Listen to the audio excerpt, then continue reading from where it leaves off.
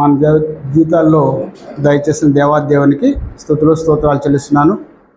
ఈ దినం ప్రభుదినం అని శ్రద్ధ కలిగి అందరూ కూడా భయంతో భక్తితో దేవుని సన్నిధికి వచ్చిన మీ అందరికీ ప్రభు యేసుక్రీస్తు నామములో వందనాలు.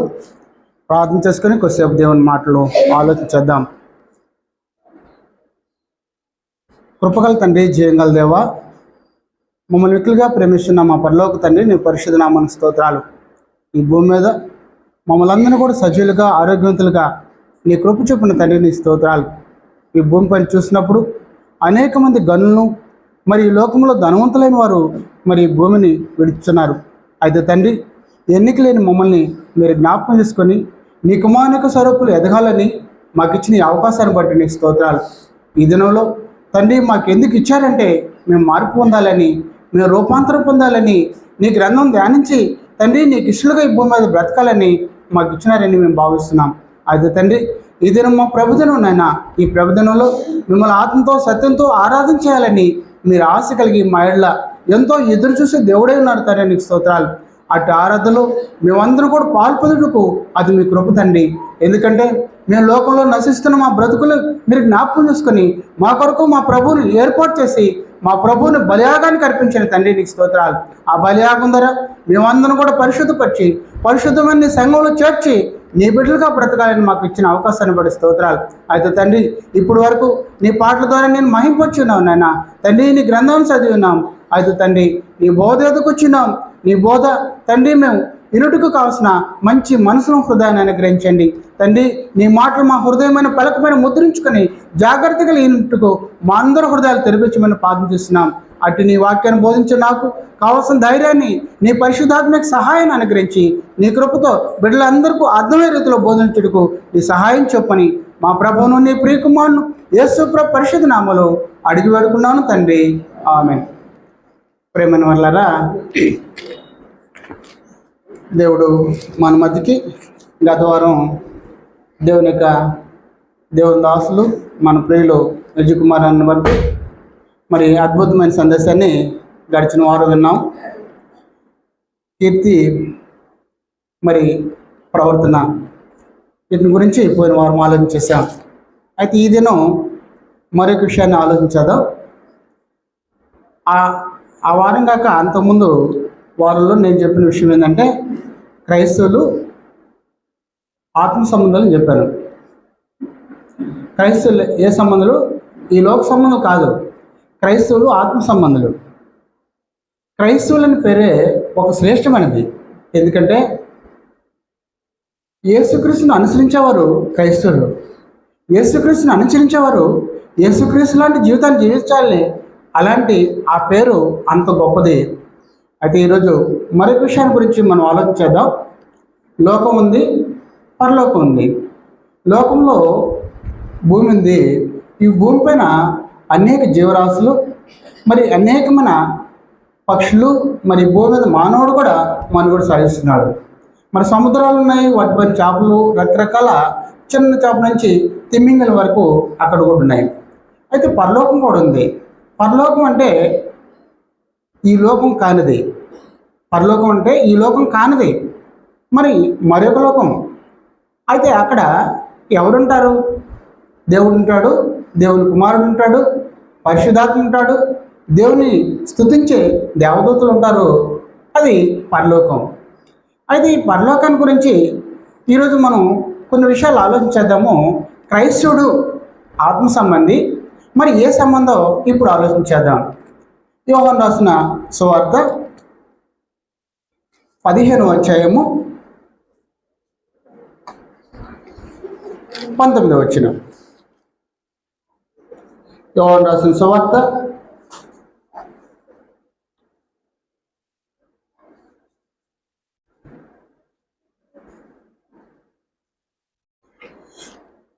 15వ అధ్యాయము 19వ వచనం.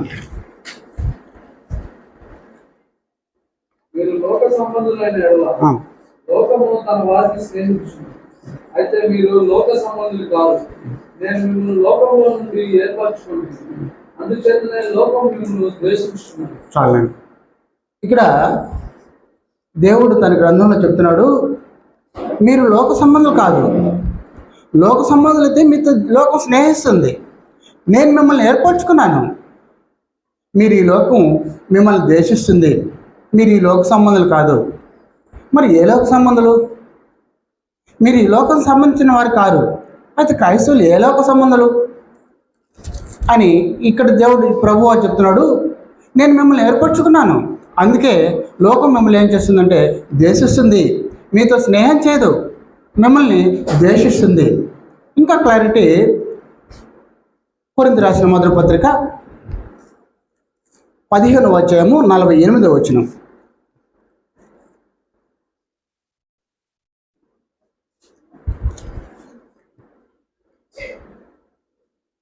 ఇంటి నుండి పుట్టిన వాడు ఎట్టివాడు, ఇంటి నుండి పుట్టిన వారు అట్టివారు.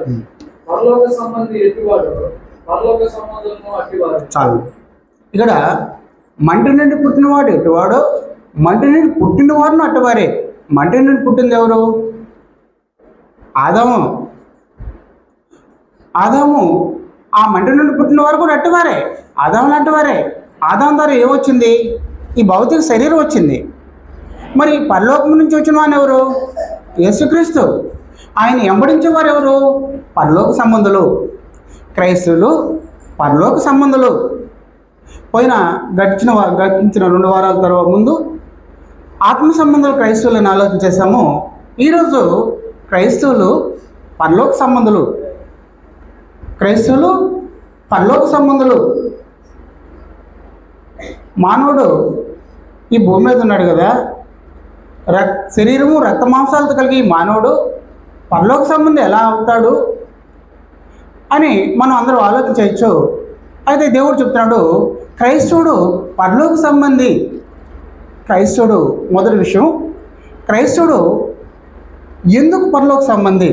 మొదటి విషయము, క్రైస్తవులు ఎందుకు పరలోక సంబంధి? అందులో ఒకటే ఎఫెసీయులకు రాసిన పత్రిక 2:6-7 క్రైస్తవులు ఎందుకు పరలోక సంబంధులు అనే విషయాల్లో మొదటి విషయం చెప్తున్నాడు దేవుడు.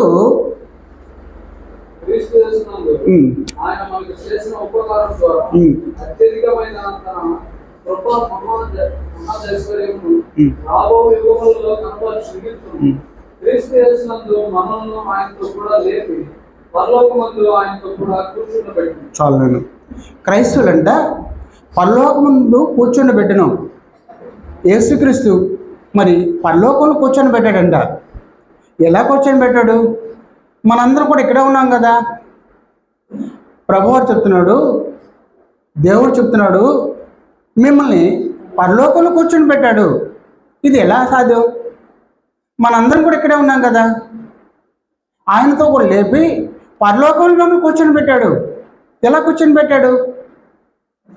అదేలో 1వ వచనంలో అంటాడు, మీ అపరాధముల చేతను పాపముల చేత మీరు చచ్చిన వారేగా క్రీస్తులో మమ్మల్ని బ్రతికించాడు. ఒకానొక రోజు పాపంతో బ్రతికిపోతున్న మనల్ని తన పిలిచి యేసుక్రీస్తునందు బాప్తిసం పొంది పరలోకంలో కూర్చొని పెట్టాడు. వాడిని ఎలా కూర్చోడంటే, పరలోకానికి ప్రతిబింబం ఏంది? పరలోక రాజ్యానికి ప్రతిబింబం ఏది? సంఘం. ఇక్కడ ఎందుకు క్రైస్తవులు పరలోక సంబంధాలు అంటే, పరలోక సంబంధాలు దేవుడు చెప్తున్నాడంటే, వారిని బాప్తిసం ద్వారా తన పరలోక రాజ్యంలో కూర్చోబెట్టాడంట.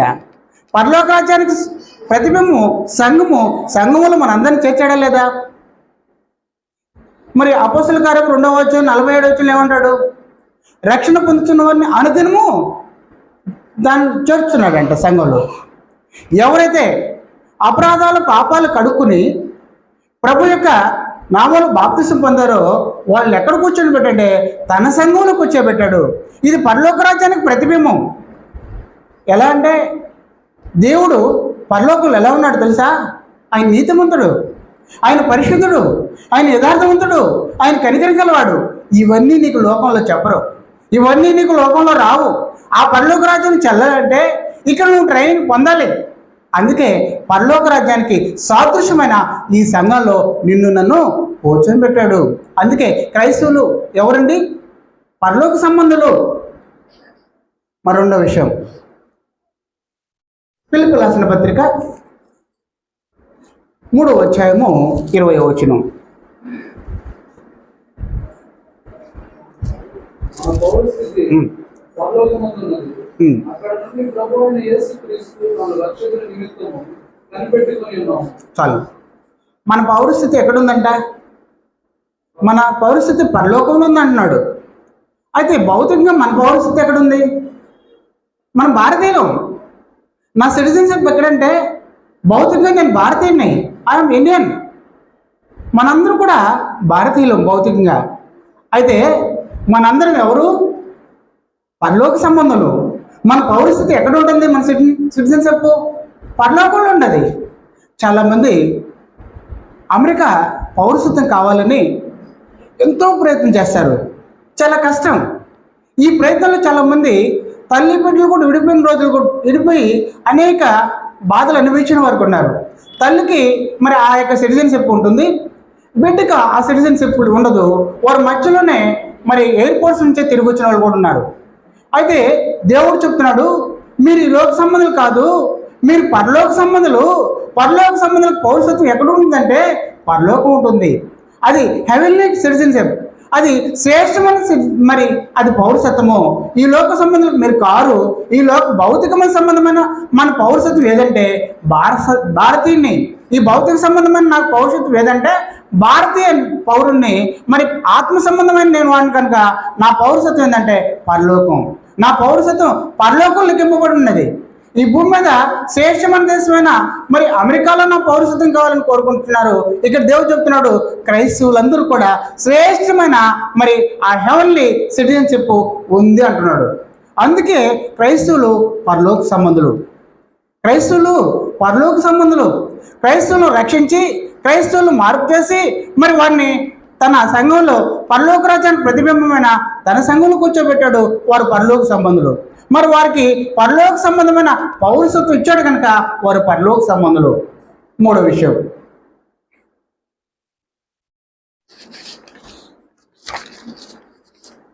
హెబ్రీయులకు రాసిన పత్రిక 3వ అధ్యాయము 1వ వచనం. ఇందువలన పరలోక సంబంధమైన పిలుపులో పాలు పొందిన పరిశుద్ధ సహోదరులారా, మనం ఒప్పుకొనిన దానికి అపోస్తలుడును ప్రధాన యాజకుడైన యేసు మీద లక్ష్యం ఉంచుము. చాలు. ఇక్కడ మరొక విషయం చెప్తున్నాడు, పరలోక పిలుపులో పాలు పొందుతుంది. పరలోక పిలుపు ఎక్కడ వచ్చింది? ఎవరైనా దేవుడు రాత్రి కనబడి ఎవరినైనా పిలిచాడా? ఎప్పుడైనా ఎవరైనా దేవుడు నాతో మాట్లాడా? అయితే దేవుడు చెప్తున్నాడు, పరలోక సంబంధమైన పిలుపులో మీరు పాలు పొందుతారు. ఎలా? ఇది ఎంతమంది పాలు పొందాము? ఇక్కడున్న మనందరం కూడా ఎంతమంది ఆ పిలుపులో పాలు పొందాము? నిజంగా పాలు పొందామా? 2వ తెస్సలోనిక 2వ అధ్యాయము 14వ వచనం.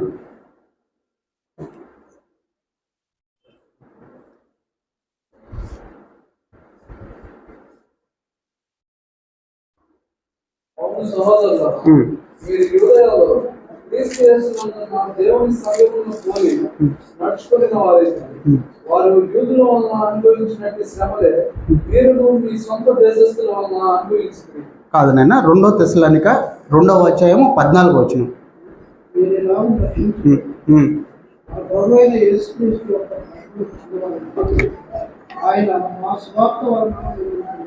చాలండి. ఇక్కడ పరలోక సంబంధమైన పిలుపులో పాలు పొందమంటే సువార్త ఏ పిలుపు? మనందరం ఎవరి ద్వారా వచ్చాము? ఎలా రక్షణ పొందాము? పరలోక సంబంధమైన పిలుపు. దానిలో పాలు పొందారు కదా మనం రక్షణ పొందాము. సువార్త మనందరికీ అందించబడే కదా మనం రక్షణ పొందాము. అందుకే దేవుడు చెప్తాడు, పరలోక సంబంధమైన పిలుపులో పాలు పొందిన వారు పరలోక సంబంధులు. మనందరం ఈ లోకం కోసం సువార్త అందించబడలా. ఈ లోకంలో మనం బ్రతకడానికి సువార్త మనకి అందించబడలా. మనకెవరికి సువార్త ప్రకటించబడలా. ఎందుకంటే నువ్వు పరలోక సంబంధంగా బ్రతకడానికి, నువ్వు పరలోక సంబంధమైన పౌరస్థితి పొందడానికి దేవుడు ఏం చేశాడంటే పరలోక సంబంధమైన పిలుపు నీకు పిలిచాడు. ఆ పిలుపు ఎలాగంటే సువార్త ద్వారా. దేవుడు కల్లో కనపడు లేక ఒక స్వరం వచ్చి పిలవలేదు. అది గ్రంథంలో చెప్పబడిన లేఖనాలను బట్టి సువార్తకుడు, పరిచారకుడు, మరి బోధకులు నీకు సువార్త ప్రకటించారు, ఆ సువార్తలో నువ్వు పాలు పొందావు కనుక నువ్వెవరు? పరలోక సంబంధి. పరలోక సంబంధులు ఎందుకు క్రైస్తవులు పరలోక సంబంధులు అంటే, ప్రభు వారిని మరి పరలోకంలో కూర్చొని పెట్టాడు కనుక, వారి పౌరసత్వం ఎక్కడుందంటే పరలోకంలో ఉంది కనుక, వారు పరలోక సంబంధమైన పిలుపులో పాలు పొందారు కనుక అందుకే వాళ్ళు పరలోక సంబంధులు. 4వ విషయం, యోహాను సువార్త 3వ అధ్యాయము 3-6.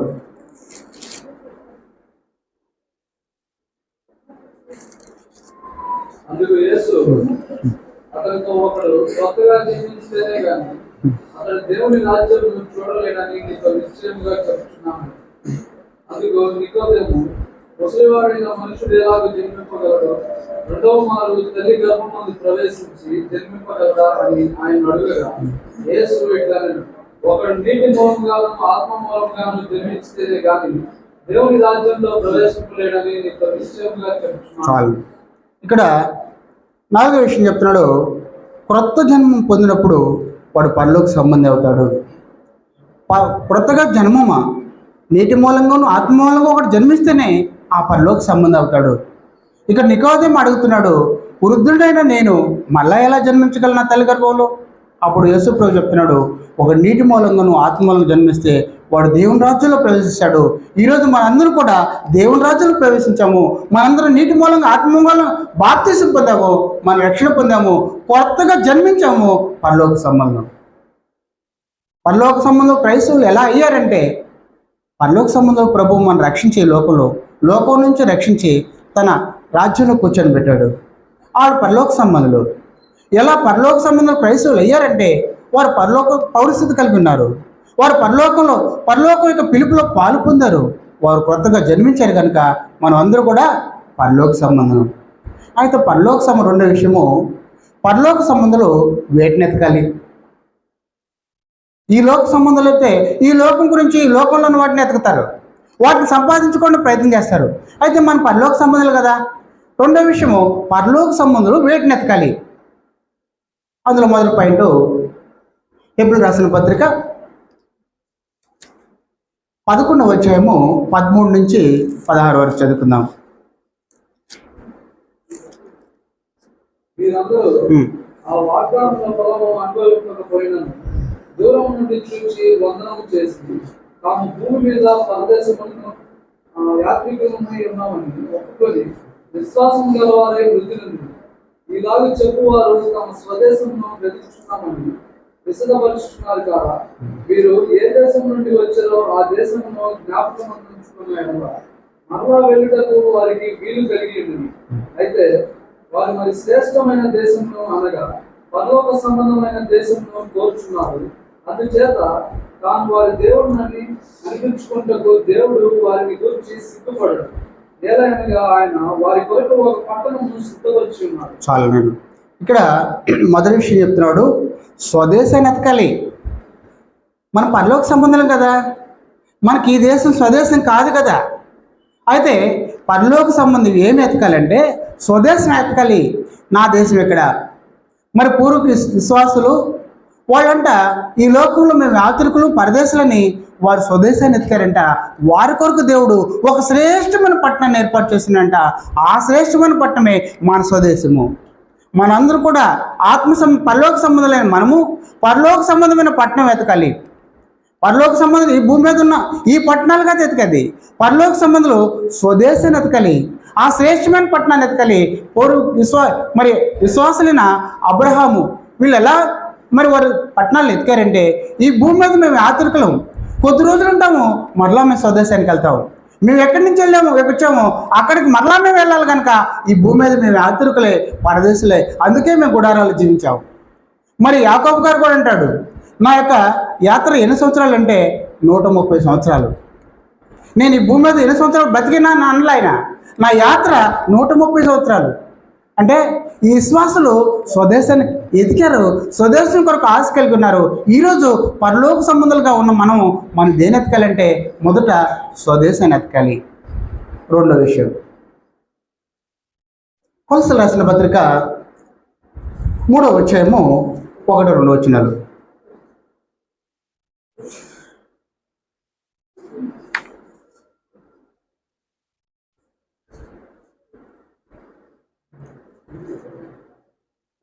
మీరు క్రీస్తుతో కూడా లేపబడిన వారైతే పైన వాటిని వెలుగుతుంది. అక్కడ క్రీస్తు దేవుని కుడి పార్శ్వన కూర్చుని ఉన్నాడు. పైన వాటి మీదనే కానీ భూ సంబంధమైన వాటి మీద మనసు పెట్టుకుంటుంది. ఏలైనగా మీరు మృతి పొందుతుంది. మీ జీవము క్రీస్తుతో కూడా దేవుని యందు దాచబడింది. మనకు జీవము యొక్క క్రీస్తు ప్రత్యక్షమైనప్పుడు మీరును ఆయనతో కూడా మహిమ యందు ప్రత్యక్షపరచబడింది. రెండో విషయం దేవుడు చెప్తున్నాడు, పైన వాటిని ఎతకాలి. క్రైస్తవులు ఏటిని ఎతకాలి? పరలోక సంబంధులు ఏటిని ఎతకాలి? పైన వాటినే. పైన ఏముంది? దేవుడున్నాడు. దేవుని కుడివైపున యేసుక్రీస్తు ఆసీనుడై ఉన్నాడు. కోటాను కోట దేవదూతత పరిశుద్ధుడు పరిశుద్ధుడు పరిశుద్ధుడని స్తుతించబడుచున్న ఆ దేవుడు మరి ఆ సింహాసనం పైన ఉన్నాడు. ఇక్కడ పరలోక సంబంధులు పైన వాటిని ఎతకాలి. ఈ భూ సంబంధమైన వాటిపైన లక్ష్యం ఉంచకూడదు. నీ జీవము పరలోకంలో దాచబడి ఉన్నది కనుక నువ్వు ఈ భూ సంబంధమైన కాదు కనుక నువ్వు పరలోక సంబంధం కనుక నువ్వేం చేయాలంటే పైన వాటిని ఎతకాలి. పరలోకం నేను వెళ్తానా లేదా? నేను పరలోక సంబంధినే. అది దేవుడు నన్ను పరలోక సంబంధంగా తీర్చాడు. అది నేను పరలోకంలోకి వెళ్తానా లేదా? నేను ఈ భౌతికమైన స్థితి గురించి ఆలోచించేస్తున్నానా? ఈ భూ సంబంధమైన నా మనసు నా లక్ష్యం ఉందా? ఇలా ఆలోచించేసుకుని పరలోక సంబంధం నేను పరలోక సంబంధం విషయాలపైన ఆసక్తితో వాటిపైన నేను ఆశ కలిగి ఉండాలి. నా జీవం పరలోకంలో దాచబడినది.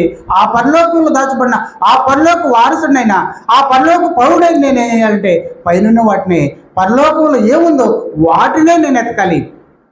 మూడో విషయం, యాకోబు పత్రిక 3వ అధ్యాయము 16-17 వచ్చిన చదువుకుందాం.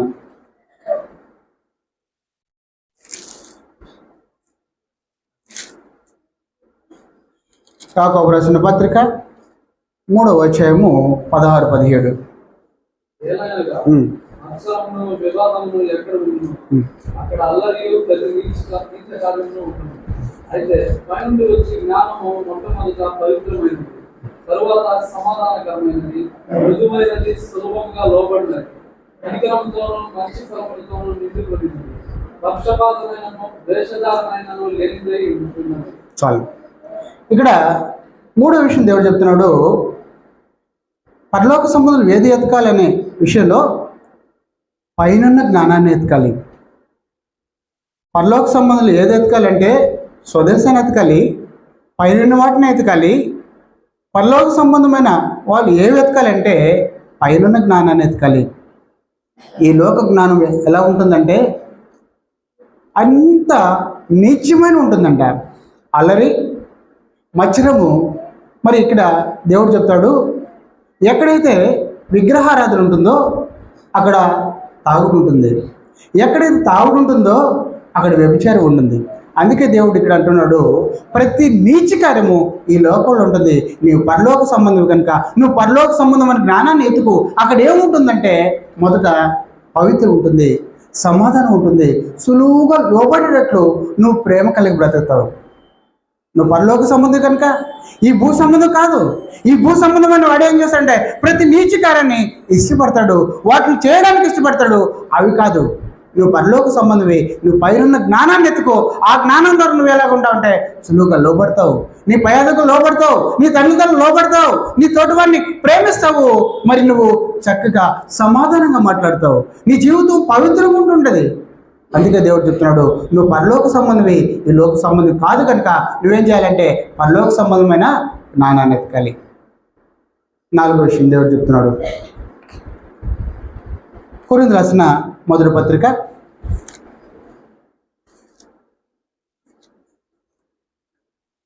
15వ అధ్యాయము 49.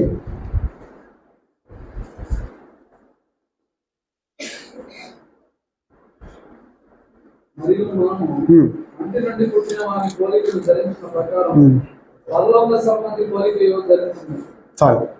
ఇక్కడ నాలుగో విషయం చెప్తున్నాడు, క్రీస్తుని పోలిక ధరించుట. ఏమి ఎతకాలన్న విషయంలో క్రీస్తుని పోలిక ధరించాలి. క్రీస్తు ఎలాంటి పోలిక ధరించుకున్నాడు? క్రీస్తు కలిగిన మన అందరి లక్ష్యం ఏంది? క్రీస్తు కలిగిన సంపూర్ణత మనం కలిగి ఉండాలండి. క్రీస్తులాగా పరిశుద్ధుడిగా, నీతిమంతుడిగా, యథార్థవంతుడిగా, నిర్దోషిగా, నిష్కలంకుడిగా మరి జాలి కలిగిన, దయ కలిగిన, ప్రేమ కలిగిన వారుగా ఇవి మనం ధరించుకోవాలి. ఇవి వేటిని ఎతకాలంటే క్రీస్తు కలిగిన, మరి క్రీస్తు ఎలాంటి పోలికలు ధరించుకున్నాడో వాటిని వెతకాలి. అవి ఇక్కడ కొలస్సీయులకు రాసిన పత్రిక 3వ అధ్యాయము 12వ వచనం చెప్తున్నాడు, మీ ఏం ధరించుకోవాలో చెప్తున్నాడు. క్రీస్తు కలిగిన పోలిక నీకు రావాలంటే నువ్వు ఏం ధరించుకోవాలో ఇక్కడ చెప్తున్నాడు చూడండి. దేవుని చేత ఏర్పరచబడిన వారు పరిశుద్ధులను, ప్రియులైన వారికి తగినట్లు మీరు జాలి గల మనస్సును, దయాళుత్వమును, వినయమును, సాత్వికమును, దీర్ఘశాంతమును ధరించుకోండి. ఇక్కడ చెప్తున్నాడు దేవుడు, మీరు ఎలా క్రీస్తు పోలికను ధరించుకోవాలంటే జాలిగల మనసు మీకు ఉండాలి, మీలో దయాళత ఉండాలి, మీలో వినయం ఉండాలి, సాత్వికం ఉండాలి, దీర్ఘశాంతం ఉండాలి. ఇవి నువ్వు ధరించుకోవాలి. ధరించుకునేది ఏంది? ఆభరణాలు, బట్టలు, ఇవి ధరించుకుంటాం. అది దేవుడు చెప్తున్నాడు, నువ్వు పరలోక సంబంధివి నీ వస్త్రాలు, నీ ఆభరణాలు ఏముండాలంటే జాలిగల మనసు ఉండాలి, నువ్వు దయాళత ఉండాలి, మరి నువ్వు కనికరాన్ని ఉండాలి. ఇవి లేకపోతే నువ్వు పరలోక సంబంధి కాదు. ఇవి నువ్వు ఎత్తకపోతే నువ్వు పరలోక సంబంధం కాదు. పరలోక సంబంధం విషయాలు ఎత్తుతారు. స్వదేశం ఎక్కడి నుంచి వచ్చాను, నేను మళ్ళీ ఎక్కడికి వెళ్ళాలో ఆ దేశాన్ని ఎత్తుతాడు. మరి నేను ఈ భూ సంబంధమే కాదు, నేను పరలోక సంబంధిని, నేను ఏమి ఎతకాలంటే పరలోక సంబంధం విషయాలు ఎతకాలి. మరి నేను ఈ లోకస్తుని కాదు, నేను పరలోకస్తుని, నేను పరలోక సంబంధిని. ఏ జ్ఞానం ఎతకాలంటే పరలోక సంబంధం జ్ఞానం ఎతకాలి. నేను ఈ లోకస్తుని కాదు, నేను పరలోక సంబంధిని. ఆ పరలోక సంబంధం ప్రభు ఈ లోకంలో ఏమైతే తన ధరించాడో అది నేను ధరించాలి. 5వ విషయం చెప్తున్నాడు, చూద్దాం. కొరింథీయులకు రాసిన 2వ పత్రిక 16వ అధ్యాయము 14వ అధ్యాయము 16-17 వచ్చాలు చదువుకుందాం.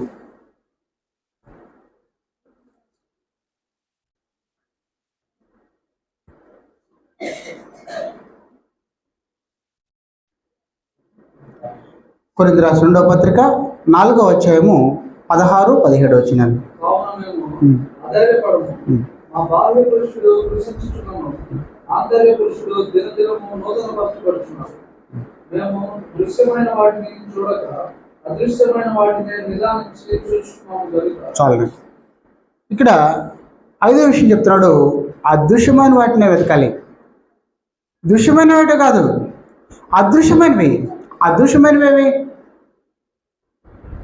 హెబ్రీయులకు రాసిన పత్రిక 11:1 చెప్తాడు, అసలు నీ విశ్వాసం అంటే కంటికి కనబడే వాటిపైన విశ్వాసం ఉంచడం కాదు, అదృశ్యమైన వాటిని నువ్వు ఉన్నాయని నమ్మి అలా జీవించడమే విశ్వాసం. అదృశ్యమైనవి పరలోకం నీకు కనబడ్డదా? మనం ఎప్పుడైనా చూసామా? దేవుడు మనకు ఎవరికైనా కనిపించాడా? కనపడలేదే. యేసు ప్రభు 33 సంవత్సరాలు ఈ భూమి మీద బ్రతికాడు, మనం చూడలేదు కదా. పరిశుద్ధాత్మ నిన్ను నన్ను నడిపిస్తున్నాడు, మనం చూసామా? ఇవేమి చూడలేదే. దేవుడు పరిశుద్ధుని మరి కోటారు కూడా దేవతలు స్తుతించబడుతున్నాయని గ్రంథం చెప్తుంది, మనం చూడలేదు కదా. అవి వాటిని ఎత్తడమే నువ్వు పరలోక సంబంధివి. వాటిపైన అవి చూడడమే నువ్వు పరలోక సంబంధివి. పరలోక సంబంధి వేటిని ఎతకాలంటే స్వదేశాన్ని ఎతకాలి, పైన వాటిని ఎతకాలి, పైన జ్ఞానాన్ని ఎతకాలి, క్రీస్తు పోలికను ధరించుకోవాలి, మరి అదృశ్యమైన వాటిని నువ్వు వెతకాలి. అయితే ఇవన్నీ వెతికితే మాకేం లాభం? వాస్తవే కదా. ఇవన్నీ వెతికితే మాకేమిటి? నిజమే, నేను పరలోక సంబంధినే, నేను నిజంగా స్వదేశాన్ని ఎతుకుతాను, దాని ద్వారా నాకేం ప్రయోజనం? నిజమే, నేను పైన ఉన్న వాటిని ఎదుగుతాను, ఈ భూ సంబంధమైన ఇల్లు వాకలే రకరకాల నేను ఆస్తి సమకూర్చుకోకపోతే, నేను పరలోకలు పైన ఉన్న వాటిని ఎదిగితే నాకేం లాభం? లేదు, పరలోక సంబంధమైన పై జ్ఞానమే నేను ఎదిగితే నాకేం ప్రయోజనము? క్రీస్తు పోలికను ధరించుకుంటే మనకేం ప్రయోజనం? అయితే దేవుడు చెప్తున్నాడు, నీకేం ప్రయోజనమో 3వ విషయం చెప్తున్నాడు. పరలోక సంబంధం వాటిని వెతికితే ఏం లాభం? మొదటి విషయం, నీకేం లాభం ఇక్కడ దేవుడు చెప్తున్నాడు చూద్దాం. కొరింథీయులకు రాసిన 2వ పత్రిక 4వ అధ్యాయము 18వ వచనం.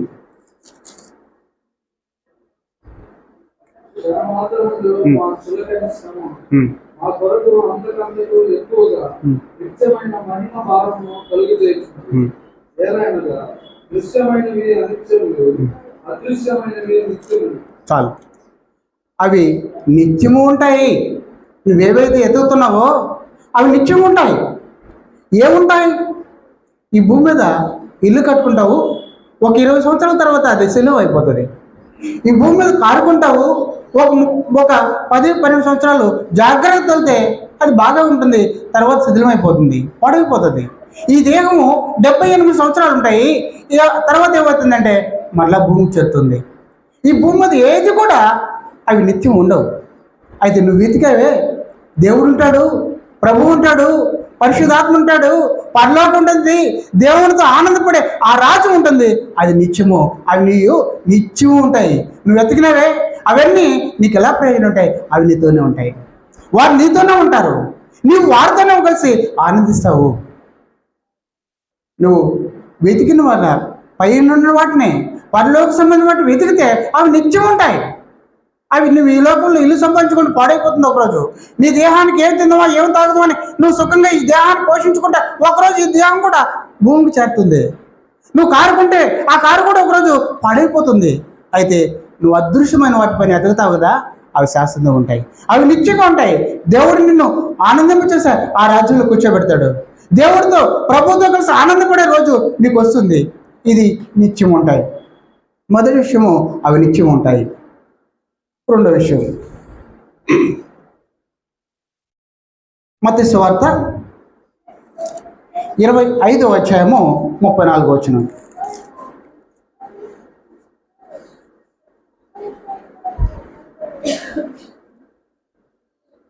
రాజు తన కుడి వైపున ఉన్న వారిని చూసి, ఆ తండ్రి చేత ఆశీర్వదించబడిన వారులారా, రండి, లోకం పుట్టినది మొదలుకొని మీ కొరకు సిద్ధపరచబడిన రాజ్యమును స్వతంత్రించుకోండి.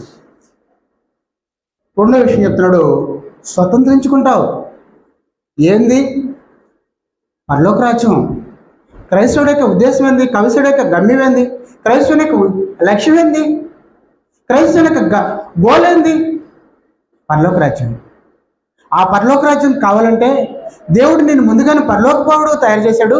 ఆ పరలోక పౌరుడుగా నువ్వేం చేయాలంటే పరలోక సంబంధమైన వాటిని వెతకాలి. ఆ వెతికిది నీకేమొస్తుందంటే నువ్వు ఆ పరలోక రాజ్యాన్ని స్వతంత్రించుకుంటావు, దాంట్లో ప్రవేశిస్తావు. ఎంత భాగ్యం! మరి అక్కడ ఆనందం, ప్రభుతో సంతోషం.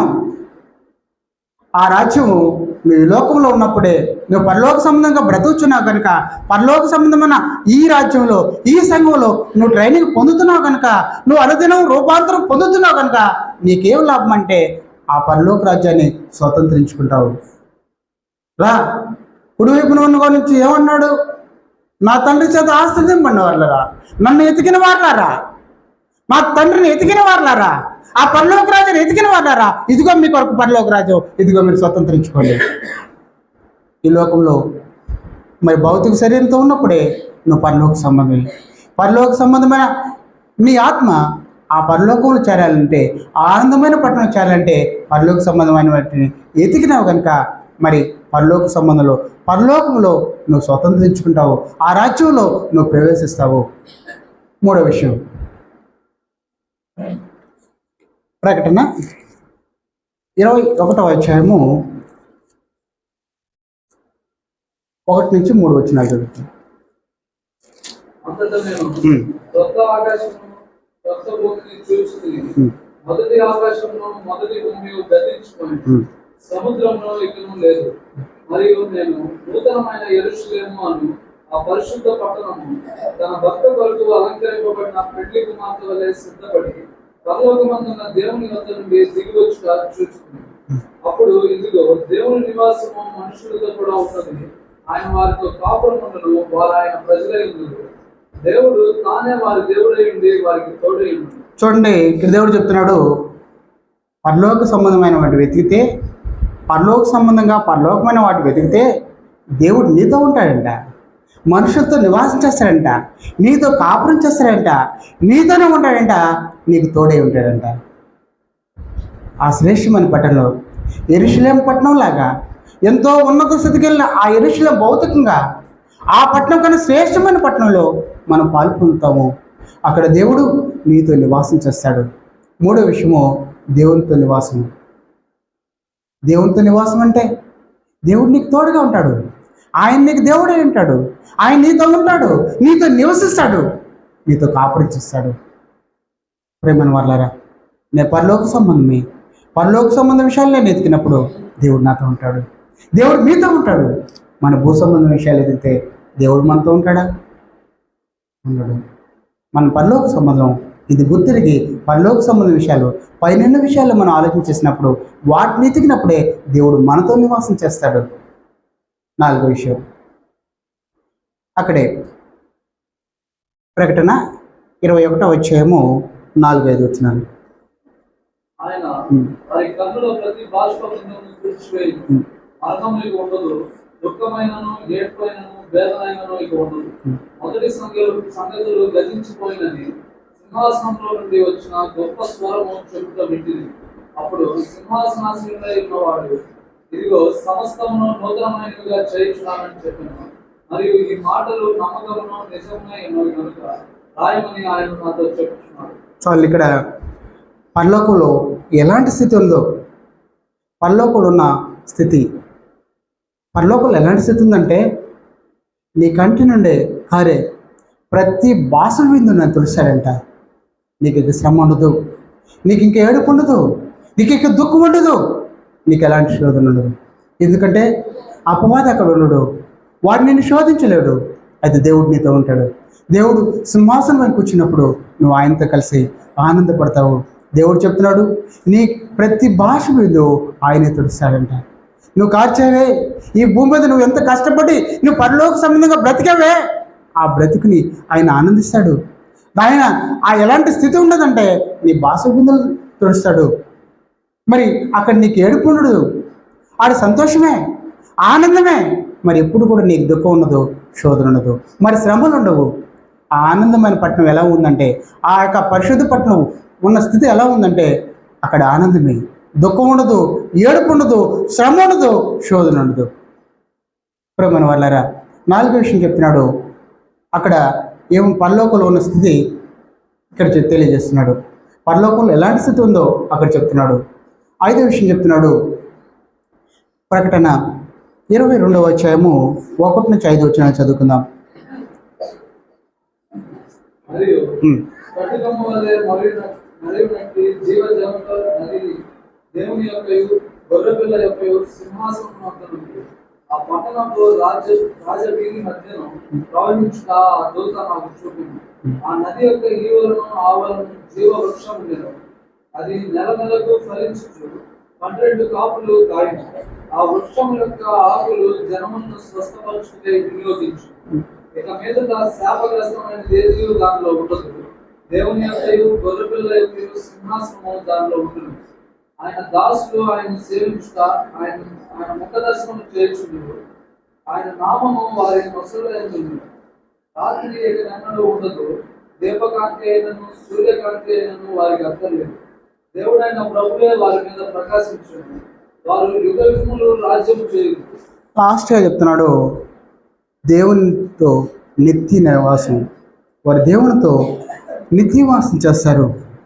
పరలోక సంబంధులుగా పరలోక విషయాలు ఎత్తితే వారు దేవునితో నిత్య నివాసం చేస్తారు. అక్కడ ఏముంటుందంటే జీవవృక్ష ఫలం ఉంటుంది. జీవవృక్ష ఫలం ఎక్కడుంది? మొదట దేవుడు ఎక్కడ పెట్టాడు? ఏదైనా తోటలో పెట్టాడు. ఏదైనా తోటలో అవ్వాదం పాపం చేసిన తర్వాత మరలా పండు తింటారని దేవుడు ఆ తోట నుండి దాన్ని వేరు చేశాడు. ఈరోజు ఈ లోకంలో నేను పరలోక సంబంధంగా బ్రతికితే జీవవృక్ష ఫలం అక్కడ ఉంది.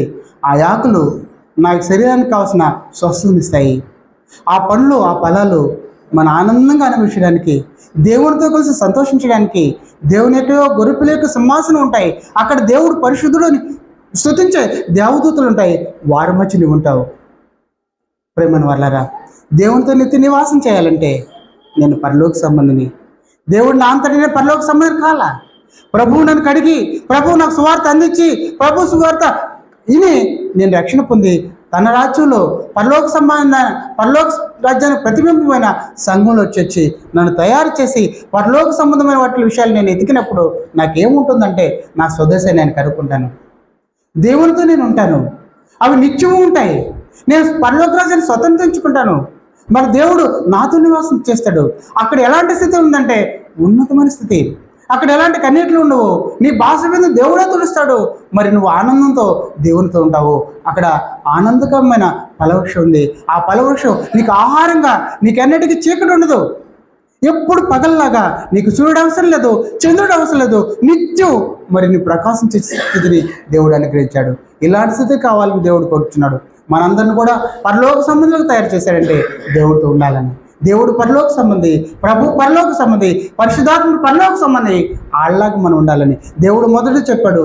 దేవుడు మానవులు తయారు చేయక మునిపే తన మనసులో అనుకున్నాడు, నా పోలిక చొప్పున నా స్వరూపందు మానవుని తయారు చేద్దాను. ఈ భూమి మీద భౌతికమైన ఈ రూపాన్ని కాదు దేవుడు తయారు చేసింది. ఈ రూపాన్ని గురించి ఆలోచించాలి దేవుడు. దేవుడు తన పోలిక, తన స్వభావము, తన గుణలక్షణాలు మనందరూ కలిగి ఆ పరలోకంలో నుంచి వచ్చిన మనము మరలా పరలోకం పోయేందుకు దేవుడు ఇష్టపడుతున్నాడు కనుక మనందరం కూడా పరలోక సంబంధాలుగా ఉండాలి. చివరిగా కొరింథీ రాసిన 2వ పత్రిక 5వ అధ్యాయము 15వ వచనం.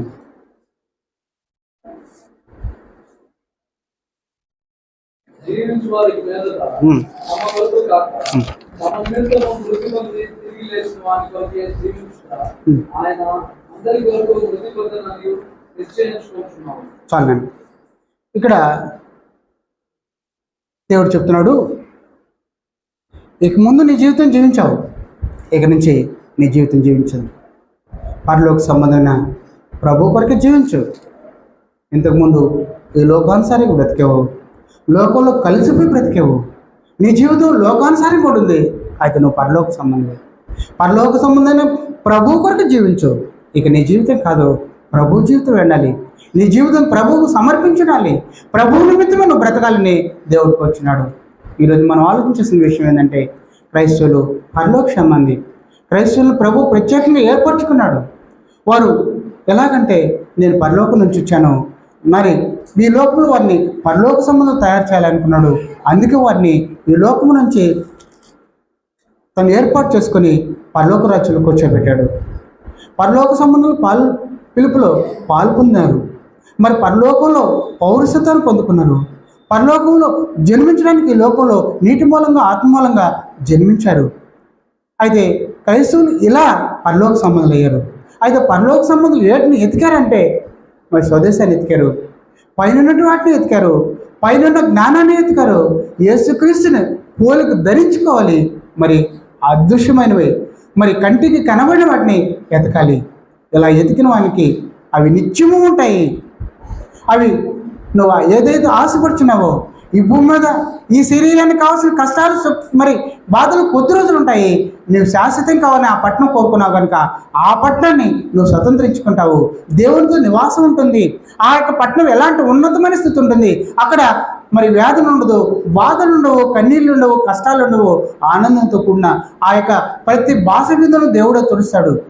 మరి ఆ దేవుడు నీతో నాతో నిత్య నివాసం చేస్తాడు. దేవునితో నివాసం చేయాలంటే మనం పరలోక సంబంధాలుగా ఉండాలి. పరలోక సంబంధాలుగా బ్రతికి మనం ఇక నుంచి ఈ లోక సంబంధాలు కాక క్రీస్తు కొరకు, క్రీస్తు నిమిత్తం, క్రీస్తు కొరకు జీవితం జీవించాలని ఈ కొద్ది మాటలు నన్ను నేను హెచ్చరిక చేసుకుంటూ నాతో కలిసి మీరందరూ కూడా పరిశీలించినందుకు మీ అందరికీ వందనాలు చెల్లిస్తూ ముగిస్తున్నా.